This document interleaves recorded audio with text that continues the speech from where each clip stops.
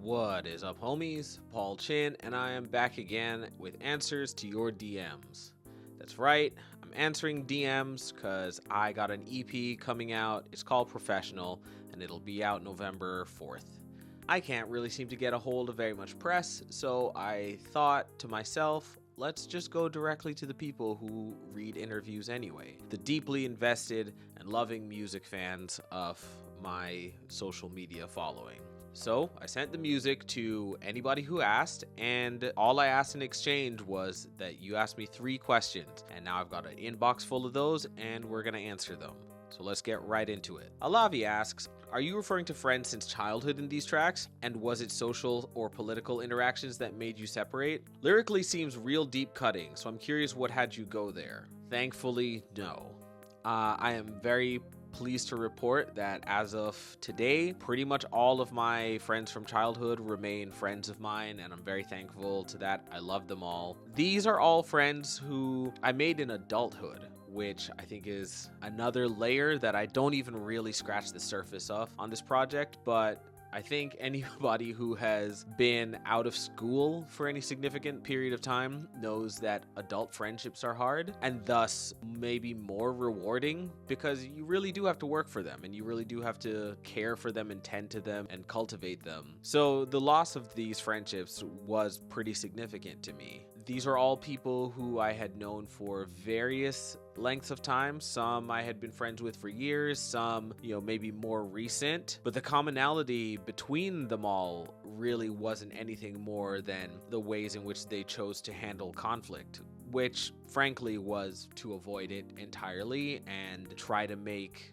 our immediate conflict about things that had nothing to do with that, or perhaps secret resentment that they had been harboring, or any number of things that were just kind of impossible to deal with in a reasonable way. And I care about friendship and I care to work through these things, but yeah, you can't really do that on your own. And so it was really hard hitting to have so many people do that to you all at once. I think that was like what really clicked in my brain, that this was like a significant world event, at least as far as my experience of moving around in the world goes. I had never had so many people just give up on a relationship, on friendship, on history that we had together, and certainly not in such rapid succession. And it was like really messing with me. So once I had, spent the time processing this, talking to my therapist about it, talking to my other close friends, remaining friends about it, and also hearing other people's accounts of kind of similar things happening to them, that's when I decided that, yeah, if I'm gonna write about this, I don't really have to hold back or sugarcoat it or really be all that vague, out of respect for people's lives and not really just trying to slander people who in some cases like really don't have nearly as high a profile publicly as I do. I just wanted to just make the music slap and get those feelings off. That was really what led me to go as far as I do and no further.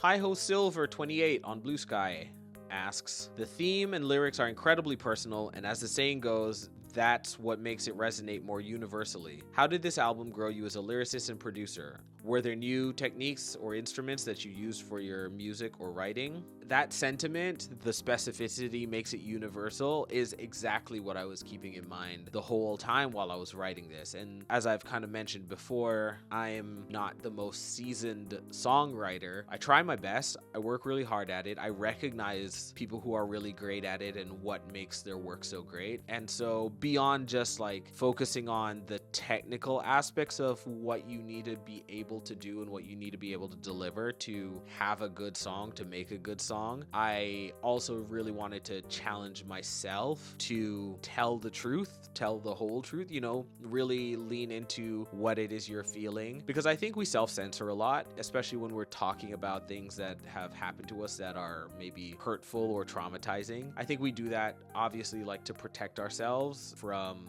re-traumatizing ourselves, but also sometimes from embarrassment, daring to have feelings and daring to be hurt in public. But I really wanted wanted to lock in on that because I knew that if I could get over the like cringe, the ick of portraying myself on my own record, on a project that I have full control over, if I could get over letting myself be hurt in public, embarrassed in public, whatever in public, then anything that came from that place was going to be ultimately a better piece of songwriting than, I don't know, something more calculated or specifically designed to make me look like, oh, I don't care, you can't hurt me, whatever. As for new gear or techniques or instruments that I used, one thing that I did do was basically curated a drum kit, and if you listen closely, if you have a good enough ear, you can tell that it's the same drum kit on every song. And there are obviously like other things too. There are like additional breaks and percussive things and loops and whatnot that I kind of layer on top of that. But the core of like all my programmed drums is the exact same kit throughout every track. I put that kit together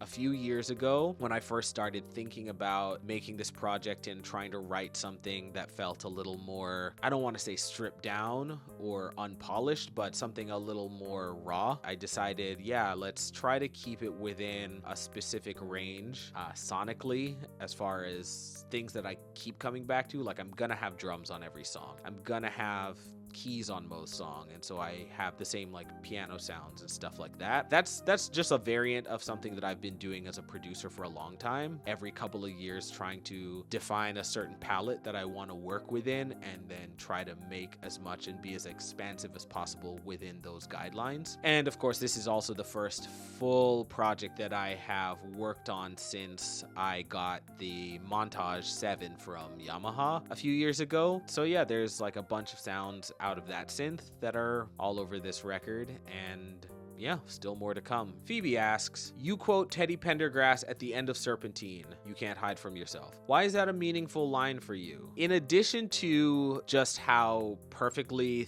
thematically on point that song, that idea, that concept is for Serpentine, I think it's also just one of the best songs ever made. I love, love, love that song because it is this like absolutely bombastic disco number, this like funk, soul, orchestra number designed to make you dance and like to really get down, and it sounds incredible, but it's also literally about like this idea that you have to live with yourself. You can't hide from yourself, whatever you are going through and doing, and however it is you are moving about in the world, you're always gonna be there with you, the person who is going through that or doing that or perpetrating that or perhaps trying to escape that. I really, really love that song. I think that song honestly inspired the idea of Serpentine from the jump. There was actually a brief period where I was considering sampling it and trying to figure out, okay, how can I clear this? Who has the rights? I think like especially with old soul stuff, a lot of those labels don't really specifically exist anymore because they were acquired or folded into somebody else's catalog. And once I figured out the end of that trail leads to Universal, I was like, all right, let's just give up. There's no way I'm gonna get anybody on the phone over there who wants to like work with me on this, never mind like how much money they're gonna want for it. So,